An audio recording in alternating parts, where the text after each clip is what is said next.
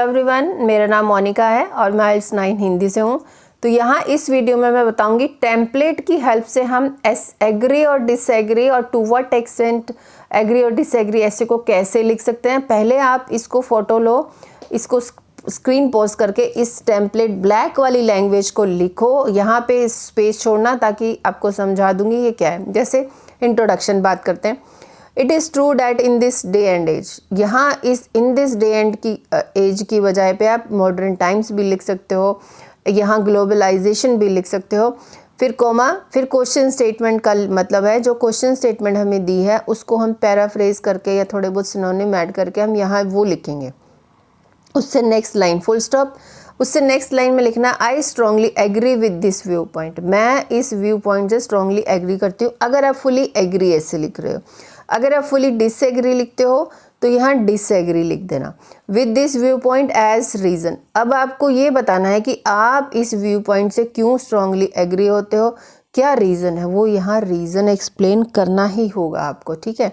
सो उसके बाद outline. In this essay I will outline why I believe that, मैं बता रही हूँ कि मैं बताऊँगी कि मैं इस क्यों बिलीव करती हूँ कि मेन टॉपिक जो है उसका लिख के कि वो बेनिफिशियल है फॉर हुम, किसके लिए, कंट्री और पब्लिक या दोनों के लिए बेनिफिशियल है। आप ऐसे लिख सकते हो। अगर ऐसे है कोई बच्चे से रिलेटेड, उसके पेरेंट्स से रिलेटेड या स्कूल ऐसे, तो यहाँ स्टूडेंट्स आ जाएगा या पेरेंट्स आ जाएगा, ठीक है। अब बॉडी 1 को कैसे लिखना है देखो, इसको पूरा फोटो लो या फिर कॉपी में खुद साथ साथ में लिखो तो लर्निंग भी हो जाएगी, क्योंकि आफ्टर ऑल वहाँ लिख कर ही आना है, लिखोगे तो लर्निंग होगी। To initiate with the most significant argument, ठीक है, मोस्ट सिग्निफिकेंट सबसे इंपॉर्टेंट आर्ग्यूमेंट के साथ फर्स्ट पॉइंट यहाँ लिखोगे आप। फिर उसी फर्स्ट पॉइंट को पहले अनाउंस करो, फिर उसकी एक्सप्लेनेशन दो। ये ब्लैक वाली टेम्पलेट है, ये पर्पल वाला टेम्पलेट नहीं है, पहले बता रही हूँ। ये तो आपको समझाने के लिए है कि यहाँ पे एक्सप्लेनेशन है या वो। फिर फॉर इंस्टेंस में एग्जांपल दोगे इसी पॉइंट की, फिर उसका हैंस लिख के फिर उसका रिजल्ट दोगे कि इससे क्या होगा। फिर फर्दर मोर मतलब next second point, I firmly believe that, ठीक है। तो यहाँ पे फिर आप सेकंड पॉइंट को बताने लगोगे और उसके फिर एक्सप्लेनेशन दोगे, इन अदर वर्ड्स लिखोगे, फिर एक्सप्लेनेशन दोगे। मतलब पहले पॉइंट को अनाउंस करो, फिर उसकी एक्सप्लेनेशन, फिर उसकी एग्जाम्पल और फिर उसका रिजल्ट दे दो। Supporting my opinion with this illustration, यहाँ इस पॉइंट से रिलेटेड कोई एग्जाम्पल दो। देयरफॉर उसका रिजल्ट क्या होगा, सेकंड पॉइंट का क्या रिजल्ट होगा, उससे क्या क्या हो सकता है, तो वो आप दोगे, ठीक है। ये हुआ हमारा यहाँ से लेकर यहाँ तक बॉडी पैराग्राफ 1। अब चलते हैं बॉडी पैराग्राफ 3 पे। ये है explaining some of another significant. अब सिग्निफिकेंट हमने ऊपर भी लिखा था तो आप इसको काट सकते हो, ठीक है। तो यहाँ some of another important point in favour of this statement ये लिख सकते हो। फिर उसके बाद है it can be noted that, अब third point it can be noted that, third point आ जाएगा। फिर टू सब्सटेंशिएट मतलब इसका कि इसको टू एक्सप्लेन इट यहाँ लिख सकते हो अगर ये स्पेलिंग लर्न नहीं है तो। फिर उस ये जो पॉइंट अनाउंस किया था उसकी एक्सप्लेनेशन यहाँ आएगी। टू साइट एन एग्जाम्पल, फिर इसकी एग्जाम्पल भी आएगी और फिर उसका रिजल्ट क्या होगा एज ए कॉन्सिक्वेंस, यहाँ देयरफॉर भी लिख सकते हो, ठीक है। तो ये हुआ। फिर उसके बाद ये हाउ एवर वाली जो लाइन है इसके बारे में मैं बताती हूँ। ये अभी रेल जो नहीं, अभी टॉपिक तो अभी मैंने आपको दिखाया नहीं है। तो 2 टॉपिक होंगे, उनमें से एक टॉपिक आप एक टॉपिक के साथ एग्री हो रहे हो, तो टॉपिक के साथ जो एग्री जो हो रहे हो उसके अपोजिट जो दूसरा टॉपिक था उसके बारे में एक सेंटेंस लिखना है। हाउ एवर अपोजिट टॉपिक का नाम लिखो। Should not overlook the importance of dash age, फिर उसका रीज़न देना। जैसे हमने इंट्रोडक्शन में जो स्ट्रांगली एग्री किया था ना, रीज़न बताया था, एक रीज़न भी देना है, बस इतना सा ही करना है। फिर है कंक्लूजन। सो इन कंक्लूजन फिर से यहाँ पे टॉपिक अगेन का मतलब टॉपिक का नाम या क्वेश्चन स्टेटमेंट को फिर से लिख दो, थोड़ी वर्ड्स को कुछ चेंज कर लो आपकी बार भी। फिर फुल स्टॉप है। फिर वो बोल रहे हैं वाइल सम में आर्ग्यू, कुछ आर्ग्यू कर सकते हैं कि ये टॉपिक जो है कैन बी डेट्रीमेंटल, जो मेन टॉपिक है जो हमने चूज़ किया है जिसके लिए हम एग्री हो रहे हैं, can be detrimental. I firmly believe that, मेरे को पूरा विश्वास है कि aforementioned points are strongly supporting my views. Hence the advantages of, फिर ये जो मेन टॉपिक यहाँ लिखा था आउटवे इट्स डिसएडवांटेजेस, मतलब इसके टॉपिक एडवांटेजेस के ज़्यादा हैं, एडवांटेजेस को वो पीछे छोड़ देती है। तो ये कहने का मतलब, अब एक क्वेश्चन इस टेम्पलेट की हेल्प से हम एक क्वेश्चन लिखने की कोशिश करेंगे। अब मेरे पास एक ये मैंने सिंपल सा टॉपिक लिया है। टॉपिक डिफ़िकल्ट भी आते हैं, टॉपिक सिंपल भी आते हैं। बात ये है कि आप उसको कैसे ऑर्गेनाइज करते हो, वो बहुत इंपॉर्टेंट है। तो क्वेश्चन है, government should spend money on railways rather than roads, to what extent do you agree और disagree.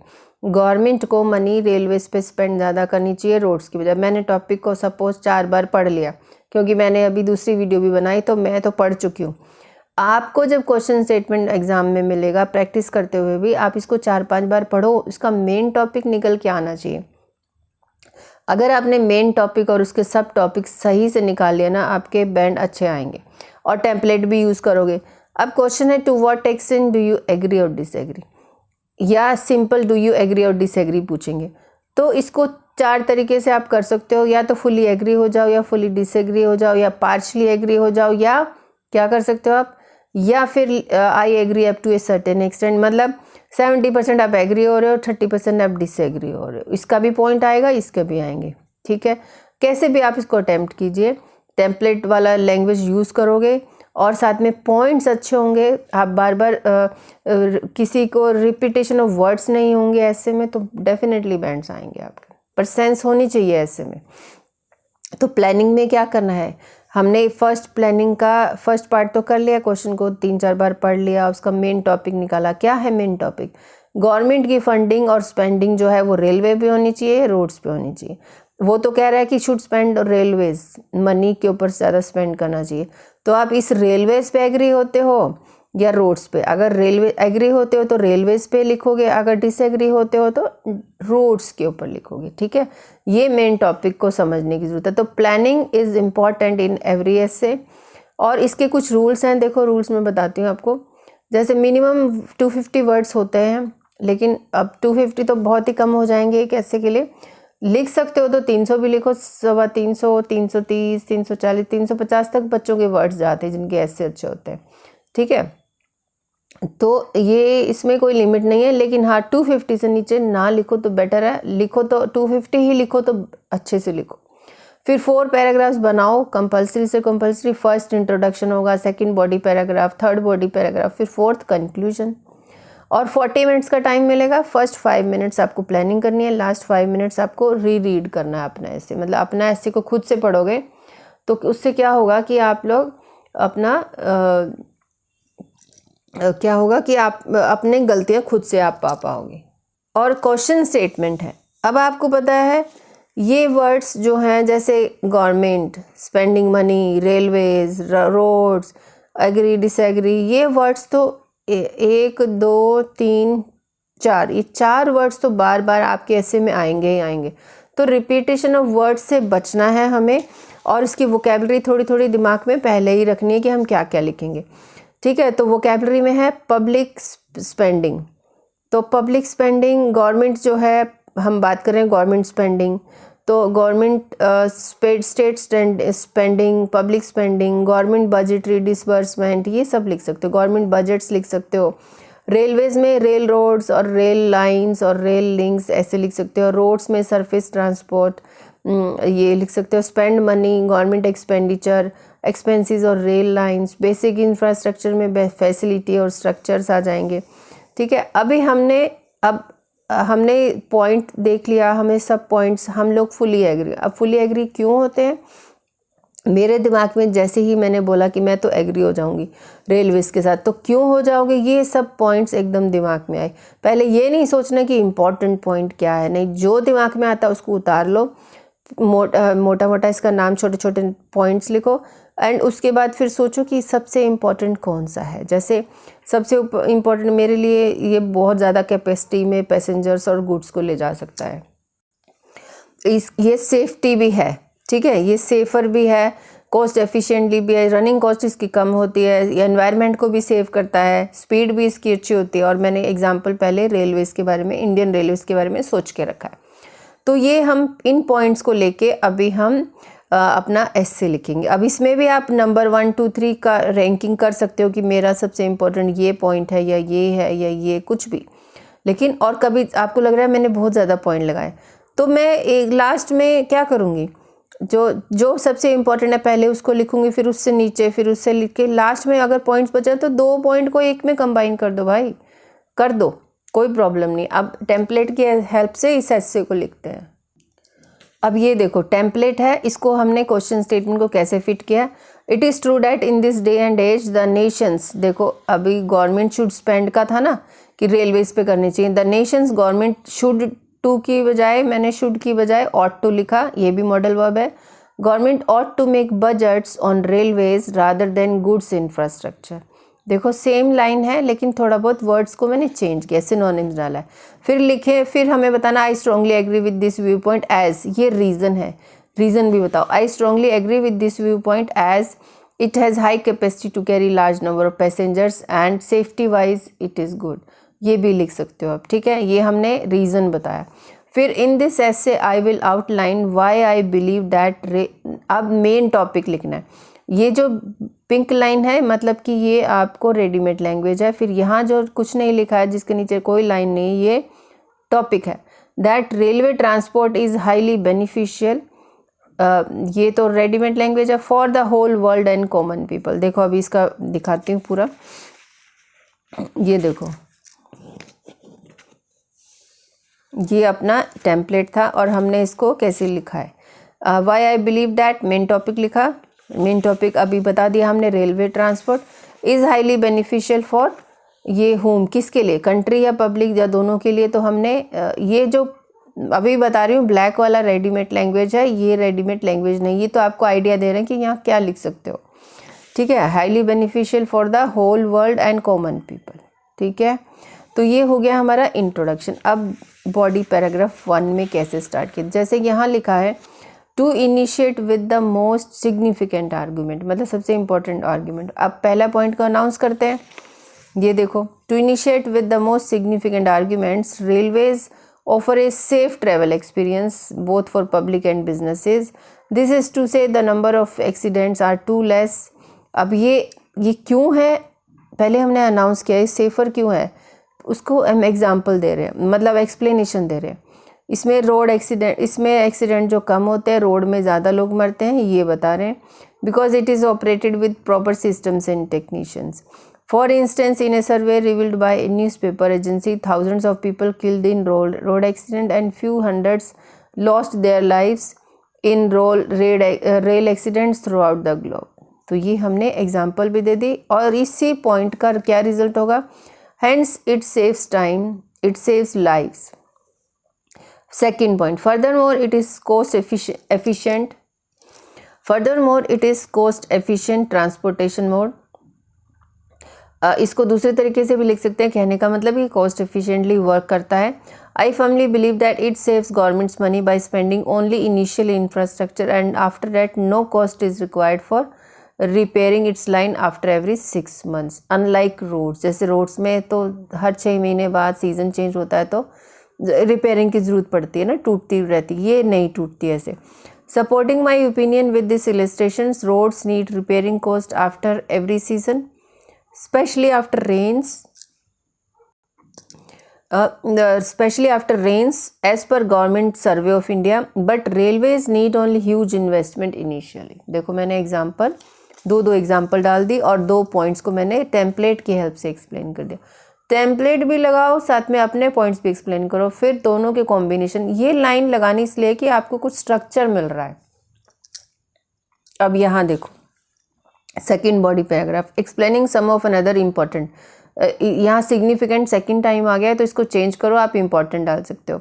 Another important point in favour of this statement, it can be noted that, now point announce करना है। Explaining some of another point in favor of this statement, it can be noted that it saves our environment due to the fact that it, ये मैंने इसी के अंदर point explanation दे दी, due to the fact that it doesn't use any fossil fuel in modern times, ठीक है। To substantiate it, because modern times इसलिए लिखा बिकॉज पुराने ज़माने में तो फॉसिल फ्यूल कोयला वगैरह यूज़ होता था, अभी नहीं होता। टू सब्सटेंशिएट इट मतलब इसका मैंने एक्सप्लेनेशन दे रही हूँ। Electrified metro trains run on electricity which means no air pollution in surroundings. To cite an example, Japan, China and India are leading in operating bullet trains and saving their pollution levels in their countries, in their respected countries भी आ सकता है, ठीक है। अब next point, more over railways not only, अब मैं दो points को कंबाइन कर रही हूँ, देखो क्योंकि सेकंड बॉडी पैराग्राफ है, आप इतने कितने पॉइंट्स लिखेंगे, तो मैं अब इसको और इसको इकट्ठा कर दूंगी, ठीक है। इसको और इसको हम इकट्ठा कर देंगे, कंबाइन कर देंगे बस। So moreover railways not only can carry huge number of commuters और passengers, you can write goods in one round, but also saves time. Railway है ना, so it also saves time by providing, ये कुछ नहीं है, ये काटा है, by providing high speed trains. As a consequence people can reach their destination on time. Finally this infrastructure investment, time मतलब कि विद इन लिमिटेड टाइम और less time, destination in less time. Finally, this infrastructure investment will definitely boost any country's economy. India's economic development can be seen from railways. India's economic development can be seen from railways expansion is a worth explaining example. देखो मैंने ये example को ऐसे करके बताया। तो ये हुआ हमारा सेकेंड बॉडी पैराग्राफ। अब कंक्लूजन को कैसे लिखना है, अब कंक्लूजन देखो आप, इन कंक्लूजन फिर टॉपिक लिखना है, मतलब क्वेश्चन स्टेटमेंट को दोबारा से लिख दो। In conclusion it is suggested that, मैंने क्वेश्चन स्टेटमेंट को फिर से लिख रही हूँ क्योंकि हमने ऊपर ऐसे ही लिखा था। सजेशन दे रहे हैं कि गवर्नमेंट शुड, मतलब कि suggestion, advice. It is suggested that government agencies should invest more on, more money लगा सकते हो, शुड इन्वेस्ट का मतलब वही मनी होता है, on basic paramount infrastructure like railways instead of roads, as it has proved more efficient than other structure, कि railways जो है वो ज़्यादा प्रूफ हुई है एफिशिएंट अदर स्ट्रक्चर से। सो अब ये बिल्कुल ये वाली line, while some argue that, topic लिखेंगे, वाइल सम में आर्ग्यू डैट स्पेंडिंग बिग, ये क्या है, पर्पल वाला जो है ये टॉपिक है, ये पिंक वाला है जो ये क्वेश्चन टेम्पलेट है। Spending big amount on rails can be detrimental.